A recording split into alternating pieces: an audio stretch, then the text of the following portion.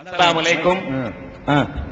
இந்த அவையை இறைவனுடைய திருநாமத்தின் பெயராலே நான் வணங்கி உங்களோடு பணிவோடு சில உரையாடல்களை கலந்து கொள்ள விரும்புகிறேன்.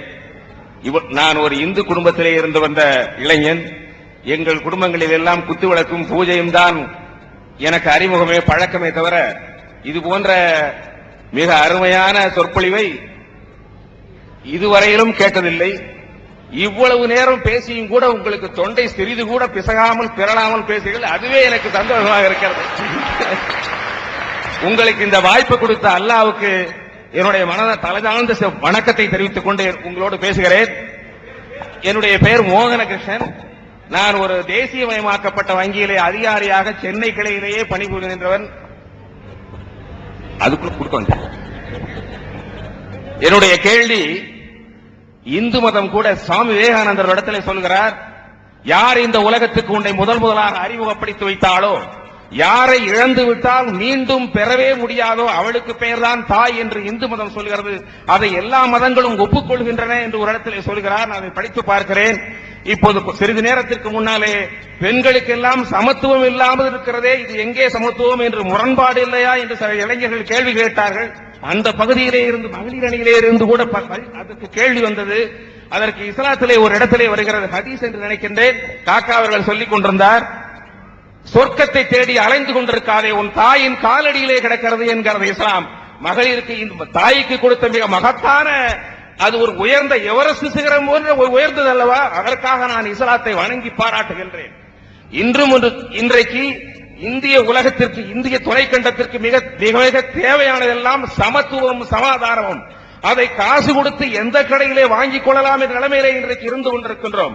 மீண்டும் தமிழ்நாட்டிலே அறிஞர் அண்ணா அவர்கள் முதலமைச்சராக வந்ததற்கு பிறகு கலப்பு திருமணத்தை கொண்டு வந்து சாதி ஒழிப்பை கொண்டு வந்தார்கள். அதற்கு பின்னாலே வந்த அருமையான முதலமைச்சர் டாக்டர் கலைஞர் அவர்கள் கூட அதை பின்பற்றுகிறார்கள். கல்லூரிகளிலும், பொறியியல் கல்லூரிகளிலும், மருத்துவக் கல்லூரிகளிலும் கலப்பு திருமணம் அடைந்து கலப்பு திருமணம் செய்ததன் மூலமாக பெற்ற குழந்தைகளுக்கு முன்னுரிமை கொடுப்பதற்கு என்பதற்காக ஒரு 5-10 சீட்டுகளை உருவாக்கி இருக்கிறார்கள். அதற்கு பிறகும் கூட ஒரு IAS அதிகாரி, என்னுடைய நண்பர், அவருடைய பெற்றோரை கட்டி வைத்து மரத்திலே அடிப்பதற்காக தயாராகி கொண்டிருந்த போது அந்த IAS அதிகாரியால் ராமநாதபுரம் மாவட்டத்தில் சின்ன உலகாணியில் அவர் அறிஞராக இருந்த காரணத்தினாலே தடுக்க முடியாமல் திரும்பி வந்திருக்கின்றாரே.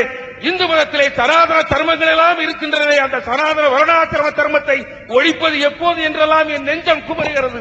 நான் தலித்தாக இல்லாவிட்டால் கூட என் தலித்தாக இருந்த இந்த நண்பன் பாதிக்கப்பட்டிருக்கிறானே, அந்த பெற்றோரை காப்பாற்ற முடியாமல் திரும்பி வந்திருக்கிறானே, அந்த IAS அதிகாரி, அந்த நாடு அவனுக்கு என்ன பதில் சொல்லப் போகிறது என்ற வருத்தத்தோடு இஸ்லாமிலே இந்த கடமைகள் எல்லாம், இந்த சனியன்கள் எல்லாம் இல்லாமல் இருக்கிறேன். அதற்காக நான் இஸ்லாத்தை தலைவணங்கி பாராட்டுவதற்கு கடமைப்பட்டிருக்கின்றேன். மீண்டும் என்று சொல்ல விரும்புகிறேன், அன்புள்ள நண்பர்களே, மேலவளவு படுகொலையோடவா இந்த நாட்டிற்கு வெட்கக்கேடு வந்திருக்க வேண்டியிருக்கும் என்று நினைக்கிறீர்கள்? ஒரு வெற்றி பெற்ற பஞ்சாயத்து தலைவர் படுகொலை செய்யப்பட்டு அவருடைய இளம் மனைவி கட்டி கதறி துணிந்து அவருடைய மயிர் கற்றைகளில் எல்லாம் ரத்தம் தோய்ந்து கிடந்தனவே, அதை பார்த்துவிட்டு சும்மா இருக்கின்றார்களே இந்த நாடு. அதை விடவா வெட்கக்கேடு இந்த தமிழ்நாட்டுக்கும் இந்திய துணைக்கண்டத்துக்கு வேண்டும் என்று நினைக்கிறீர்கள்? இஸ்லாம் அதை அடியோடு ஒழிக்கிறது இல்லையா? அதற்காக இஸ்லாத்தை பாராட்டுகின்றேன். அருமை நண்பர்களே, இந்திய உலகத்திற்கு இன்றைய தேவை இஸ்லாம். இஸ்லாம் இந்த மண்ணுக்கேற்ற மார்க்கம் இஸ்லாம். ஏனென்றால் இந்த நாட்டுக்கு சமாதானம் வேண்டும், இந்த நாட்டுக்கு சமத்துவம் வேண்டும். நான் ஒரு நாள் பெரியமேடு பள்ளிவாசலுக்கு பக்கத்திலே நடந்து போய் கொண்டிருந்தேன். என்னுடன் நண்பர் மௌலானா அவர்கள் வந்தார்கள். பணக்கார குலத்தைச் சேர்ந்த நண்பர். காரிலே இறங்கி பள்ளிவாசலுக்குள்ளே போய் தொழுது விட்டு வருவேன் என்று சொன்னார். நான் வெளியிலே நின்று கொண்டிருந்தேன். ஏனென்றால் நான் உள்ளே போவதற்கு மனமில்லாமல் வெளியே இருந்து கொண்டிருந்தேன். என் பக்கத்திலே ஒரு தட்டை வைத்துக் கொண்டு காசுகளை பிச்சை ஏந்தி கொண்டிருந்த ஒரு பிச்சைக்காரர், அவரும் பின்னாலே சென்று அவருக்கு பின்னாலே அந்த மௌலானாவுடைய கால்களுக்கு பக்கத்திலேயே, மௌலானாவுடைய தலைக்கு பக்கத்திலே இவர் கால்படும்படியாக பிரார்த்தனை செய்தார், தொழுதார். அந்த சமத்துவம் இஸ்லாத்தில் இருக்கிறது. அதற்காக நான் அதை தலைவணங்கி ஏற்று என்னுடைய சந்தோஷத்தை, மகிழ்ச்சியை உங்களுக்கு தெரிவித்துக் கொள்கிறேன். நன்றி, வணக்கம்.